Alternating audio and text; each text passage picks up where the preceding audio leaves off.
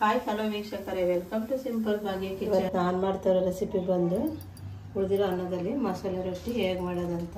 ನೋಡಿ ಎಷ್ಟು ಚೆನ್ನಾಗಿ ಬಂದಿದೆ ಮಸಾಲೆ ರೊಟ್ಟಿ, ತುಂಬ ಚೆನ್ನಾಗಿ ಬಂದಿದೆ. ಇದನ್ನು ಹೇಗೆ ಮಾಡೋದಂತ ತೋರಿಸ್ತೀನಿ. ರೊಟ್ಟಿ ಮಾಡೋದಕ್ಕೆ ಬೇಕಾಗಿರುವ ಸಾಮಗ್ರಿಗಳು: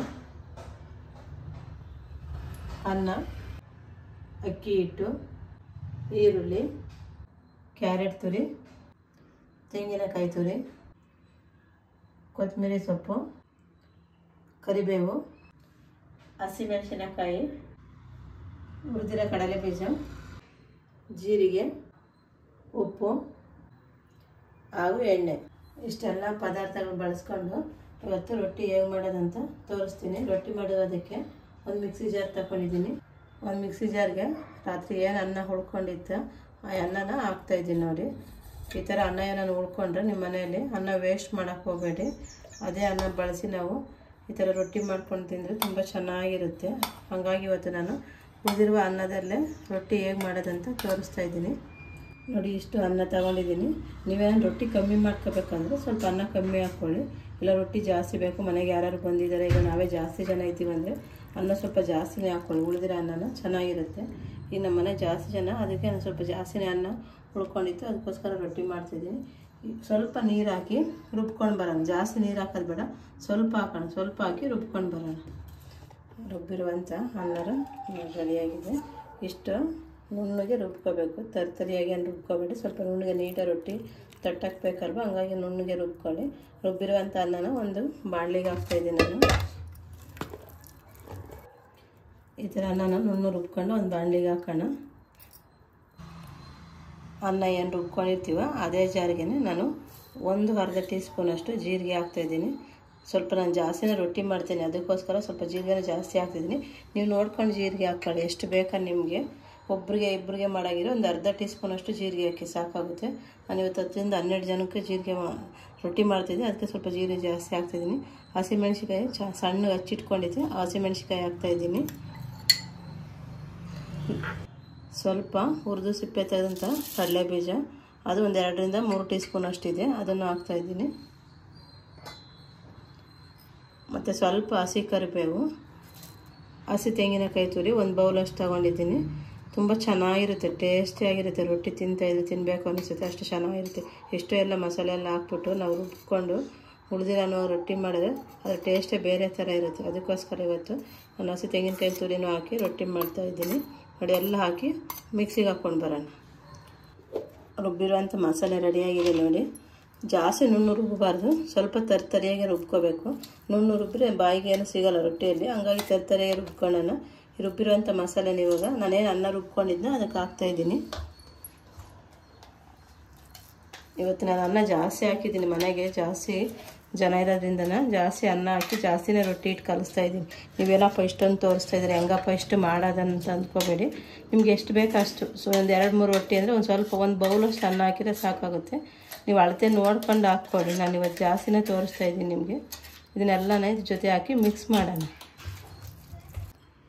ಇದ್ರ ಜೊತೆ ನಾನು ಈರುಳ್ಳಿ ತಗೊಂಡು ಹಚ್ಚಿಟ್ಕೊಂಡಿದ್ದೆ, ಸಣ್ಣ ಒಂದು ಅರ್ಧ kg ಅಷ್ಟು ಈರುಳ್ಳಿ ಹಾಕ್ತಾಯಿದ್ದೀನಿ. ನೋಡಿ, ಸಣ್ಣದಾಗಿ ಹಚ್ಚಿಟ್ಕೊಂಡಿದ್ದೆ, ಆ ಈರುಳ್ಳಿ ಹಾಕೋಣ.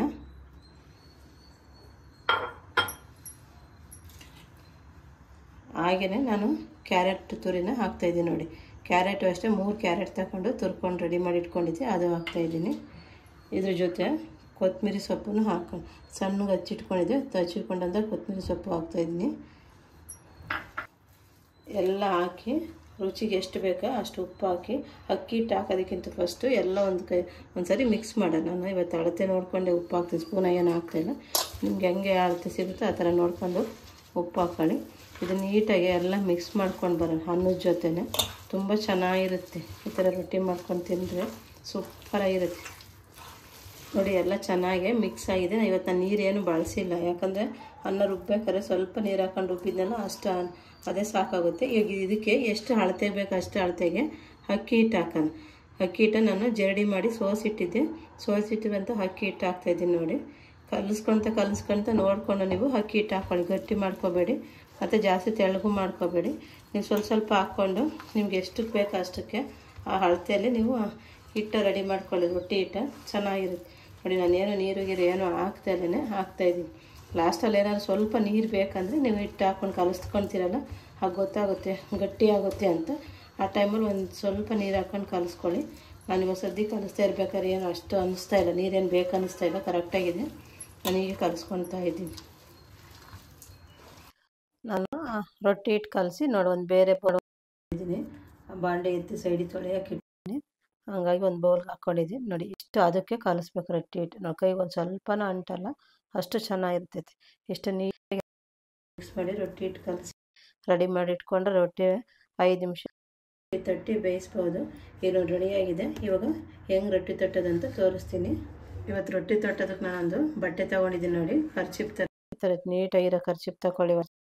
ಅದನ್ನು ಚೆನ್ನಾಗಿ ತ್ಯಾವ ಮಾಡಿ ಹಿಂಡ್ಕೊಳ್ಳೋಣ, ನೀರಿರಬಾರ್ದು, ತ್ಯಾವ ಮಾತ್ರ ಮಾಡ್ಕೊಂಡು ನೀಟಾಗಿ ಹಿಂಡ್ಕೊಂಡ್ರೆ ಸಾಕು. ಇದಕ್ಕೆ ಸ್ವಲ್ಪ ನೀರು ಹಾಕೋಣ. ಕೆಲವರು ಪೇಪರ್ ಮೇಲೆ ರೊಟ್ಟಿ ತೊಟ್ತಾರೆ, ಕೆಲವರು ಬಾಳೆ ಎಲೆ ಮೇಲೆ ರೊಟ್ಟಿ ತೊಟ್ತಾರೆ. ಇವತ್ತು ಬಟ್ಟೆ ಮೇಲೆ ಹೇಗೆ ರೊಟ್ಟಿ ತೊಟ್ಟೋದಂತ ತೋರಿಸ್ತೀನಿ ನೋಡಿ. ಯಾರು ರೊಟ್ಟಿ ಮಾಡೋದು ಬರೋಲ್ವ ಅವರೆಲ್ಲ ಈಸಿಯಾಗಿ ರೊಟ್ಟಿನ ತೊಟ್ಕೋಬೋದು ಇದ್ರ ಬಟ್ಟೆ ಮೇಲಾದರೆ. ಅದಕ್ಕೋಸ್ಕರ ಇವತ್ತು ನಾನು ತೋರಿಸ್ತಾ ಇದ್ದೀನಿ ನೋಡಿ. ಈ ಥರ ನಾವೇನು ಉಂಡೆ ಮಾಡ್ಕೊಂಡಿರ್ತೀವಲ್ಲ ರೊಟ್ಟಿ ಹಿಟ್ಟು ಬಟ್ಟೆ ಮೇಲೆ ಇಡೋಣ. ಬಟ್ಟೆ ಮೇಲೆ ಇಟ್ಟು ಈ ಥರ ನೀಟಾಗಿ ರೊಟ್ಟಿನ ಎಷ್ಟು ತೆಳ್ಳಗೆ ಬೇಕೋ ಅಷ್ಟು ತೆಳ್ಳಗೆ ಸ್ವಲ್ಪ ಕೈಯಲ್ಲಿ ತ್ಯಾವ ಮಾಡ್ಕೊಂಡು, ಜಾಸ್ತಿ ನೀರು ಹಾಕ್ಕೋಬೇಡಿ, ಸುಮ್ಮನೆ ಹಾಗೆ ತ್ಯಾವ ಮಾಡಿಕೊಂಡು ನೀಟಾಗಿ ರೊಟ್ಟಿನ ತಟ್ಕೊಂಡು ಬರೋಣ ನೋಡಿ. ಎಷ್ಟು ನೀಟಾಗಿ ರೌಂಡ್ ಮಾಡ್ಕೊಂಡಿದ್ದೀನಿ.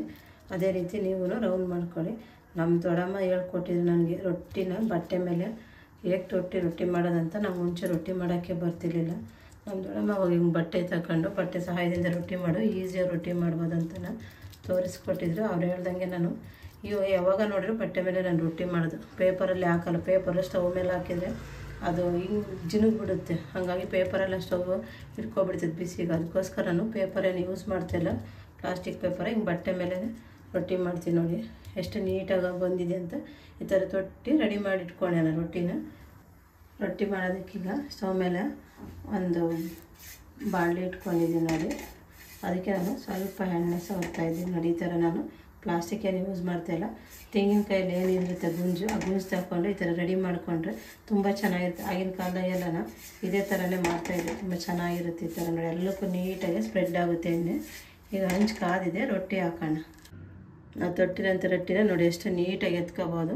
ಏನು ಸ್ವಲ್ಪ ಏನು ಆಗ್ದಲೇ ಈ ಥರ ನೀಟಾಗಿ ಎತ್ಕೊಂಡು ಉರಿ ಕಮ್ಮಿ ಮಾಡಿಕೊಂಡು ನೋಡಿ ಎಷ್ಟು ನೀಟಾಗಿ ರೊಟ್ಟಿ ಬರುತ್ತೆ ಅಂದರೆ ಅಷ್ಟು ಬಟ್ಟೆ ಹಾಕ್ಬಿಟ್ಟು 1 ಸೆಕೆಂಡ್ ಈ ಥರ ಎಲ್ಲ ಅಂದ್ಬಿಟ್ಟು ಕಮ್ಮಿ ಉರಿಯಲ್ಲಿ ಹಿಂಗೆ ಎತ್ತುತ್ತಾ ಇರಿ. ಯಾರು ರೊಟ್ಟಿ ಮಾಡೋಕ್ಕೆ ಬರಲ್ವ ಅಂಥವರೆಲ್ಲ ನೋಡಿ ಎಷ್ಟು ನೀಟಾಗಿ ರೊಟ್ಟಿ ಬರುತ್ತೆ ಅಂತ. ಎಷ್ಟು ಚೆನ್ನಾಗಿರುತ್ತೆ ನೋಡಿ, ಎಷ್ಟು ಈಸಿಯಾಗಿ ಬರುತ್ತೆ. ನೋಡಿದಲ್ಲ ನಾನು ಇವತ್ತು ಬಟ್ಟೆ ಮೇಲೆ ಹೇಗೆ ರೊಟ್ಟಿನ ಹಾಕಿದೆ ಅಂತ. ತುಂಬ ಚೆನ್ನಾಗಿ ಬರುತ್ತೆ. ಯಾರು ರೊಟ್ಟಿ ಮಾಡೋಕ್ಕೆ ಕಲ್ತಿಲ್ವೋ ಅಂಥವರೆಲ್ಲ ಈ ಥರ ಈಸಿಯಾಗಿ ರೊಟ್ಟಿ ಮಾಡೋದನ್ನ ಕಲಿಬೋದು. ಅದಕ್ಕೋಸ್ಕರ ಇವತ್ತು ನಾನು ಬಟ್ಟೆ ಮೇಲೆ ರೊಟ್ಟಿ ಮಾಡಿ ತೋರಿಸ್ತಾ ಇದ್ದೀನಿ. ಈಗ ಇದನ್ನು ಒಂದು 2 ಸೆಕೆಂಡ್ ಹಾಗೆ ಮುಚ್ಚೋಣ. ಒಂದು ಪ್ಲೇಟ್ ಸಹಾಯದಿಂದ ಮುಚ್ಚೋಣ. ನೋಡಿರಲ್ಲ ನಾನು ರೊಟ್ಟಿನ ಹೇಗೆ ಬಾಣಲೆ ಮೇಲೆ ಬಟ್ಟೆ ಸಹಾಯದಿಂದ ಹಾಕ್ತೆ ಅಂತ. ಈಗ ಉಳಿದಿರೋಂತಹ ರೊಟ್ಟಿ ಹಿಟ್ಟನ್ನ ತೊಟ್ಕೊಳ್ಳೋಣ. ನಾನು ಇವತ್ತೇನಕ್ಕೆ ರೊಟ್ಟಿ ತೋರಿಸ್ತಾ ಇದ್ದೀನಿ ಅಂದರೆ ಉಳಿದಿರೋ ಅನ್ನ ವೇಸ್ಟ್ ಆಗಬಾರ್ದು.